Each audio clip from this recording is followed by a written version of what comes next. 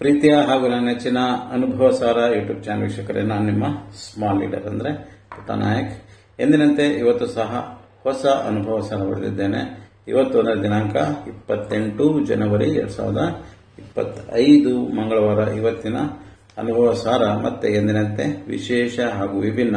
ಇವತ್ತು ದೇವರಲ್ಲಿ ಇರುವ ಒಂದು ವಿಶೇಷತೆ ನಾನು ಮನುಷ್ಯನಲ್ಲಿ ಕಂಡೆ, ಅದನ್ನು ನಾನು ವಿವರವಾಗಿ ತಿಳಿಸ್ತೇನೆ. ಅದೇನಪ್ಪಾ ಅಂದ್ರೆ, ದೇವರ ಶಿಲ್ಪಿಯ ಬಂಡೆಕಲ್ಲಿಗೂ ಮತ್ತು ಪ್ರತಿಯೊಬ್ಬ ವ್ಯಕ್ತಿಯ ಸಮಸ್ಯೆಗೂ ಏನೋ ಅವಿನಾಭಾವ ಸಂಬಂಧ ಇದೆ ಅಂತ ನನಗೆ ಆಗಾಗ ಅನಿಸ್ತಾ ಇರ್ತದೆ.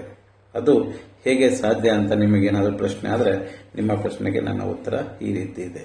ಅದೇನಪ್ಪ ಅಂದ್ರೆ, ಸಾಮಾನ್ಯವಾಗಿ ನಾನು ಕಂಡ ಹಾಗೆ ತುಂಬಾ ಜನರು ತಮ್ಮ ಸಮಸ್ಯೆಗಳನ್ನು ಬಹಳಷ್ಟು ಜನಗಳ ಮುಂದೆ, ಅಂದ್ರೆ ತಮ್ಮ ಸ್ನೇಹಿತರು ಅಥವಾ ಬಂಧು ಬಳಗದ ಮುಂದೆ ಆಗಾಗ ಹೇಳಿಕೊಳ್ಳುತ್ತಿರುತ್ತಾರೆ.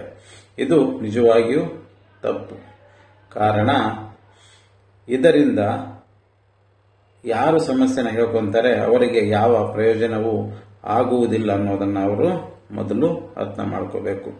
ಅದಕ್ಕೆ ಬದಲಾಗಿ ಕಾಲಕ್ರಮೇಣ ಅವರ ಸಮಸ್ಯೆಗಳನ್ನು ಕೇಳುತ್ತಿದ್ದ ಯಾವ ಜನರು ಸ್ನೇಹಿತರು ಅಥವಾ ಬಂಧು ಮಿತ್ರರು ಅಂತ ಏನು ನಂಬಿಕೊಂಡಿದ್ರೆ ಅವರು ನಿಮ್ಮಿಂದ ದೂರ ಇರಲು ಪ್ರಾರಂಭಿಸುತ್ತಾರೆ. ಹಾಗೆ ನಿಮ್ಮ ಜೊತೆ ಕಡಿಮೆ ಮಾತನಾಡುತ್ತಾರೆ.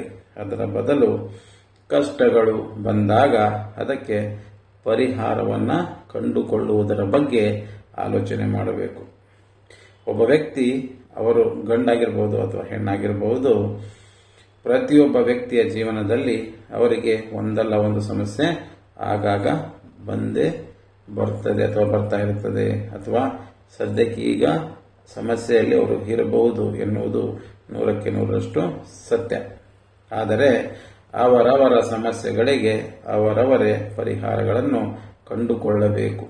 ಹಾಗೂ ಜೀವನದಲ್ಲಿ ಕಷ್ಟಗಳು ಬಂದಾಗ ತಮ್ಮ ಆತ್ಮವಿಶ್ವಾಸದಿಂದ ಗಟ್ಟಿಯಾಗಿ ಯಾವ ರೀತಿ ನಿಲ್ಲಬೇಕು ಎಂದರೆ, ಬಂಡೆ ಕಲ್ಲಿನಂತೆ ನಿಲ್ಲಬೇಕು.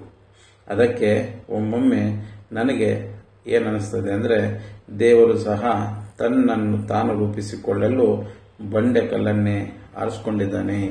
ಇದು ನಿಜವಾಗಿಯೂ ದೇವರ ಮಹಿಮೆ ಮತ್ತು ನಮ್ಮ ಸಮಸ್ಯೆಗೆ ನಿಜವಾದ ಪರಿಹಾರ ಅಥವಾ ಉದಾಹರಣೆ ಅಂದರೆ ತಪ್ಪಾಗಲಾರದು. ಹಾಗಾಗಿ ನಾವು ಹೆಂಗೆ ದೇವರ ಶಿಲ್ಪಿಯನ್ನ ಬಂಡೆಯಿಂದ ಕೆತ್ತಿ ಒಂದು ಶಿಲ್ಪಿ ಮಾಡ್ತಾರೋ, ಹಾಗೆ ನಮಗೆ ಕಷ್ಟ ಬಂದಾಗ ನಾವು ಬಂಡೆ ಹಾಗೆ ನಿಂತ್ಕೊಂಡ್ರೆ ಒಂದಲ್ಲ ಒಂದು ದಿನ ನಾವು ಶಿಲ್ಪಿ ಆಗ್ತೀವಿ, ನಮ್ಮ ಸಮಸ್ಯೆಗಳೆಲ್ಲ ಬಗೆಹರಿತವೆ ಅನ್ನೋದನ್ನ ನಾವು ಅರ್ಥ ಮಾಡ್ಕೋಬೇಕು.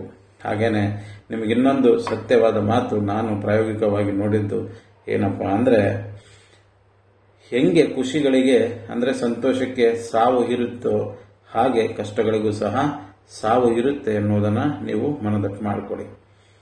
ಹಾಗಾಗಿ ಕಷ್ಟಗಳು ಬಹಳಷ್ಟು ದಿನ ಇರೋದಿಲ್ಲ, ಅದಕ್ಕೆ ಸಾವು ಬಂದೇ ಬರುತ್ತೆ.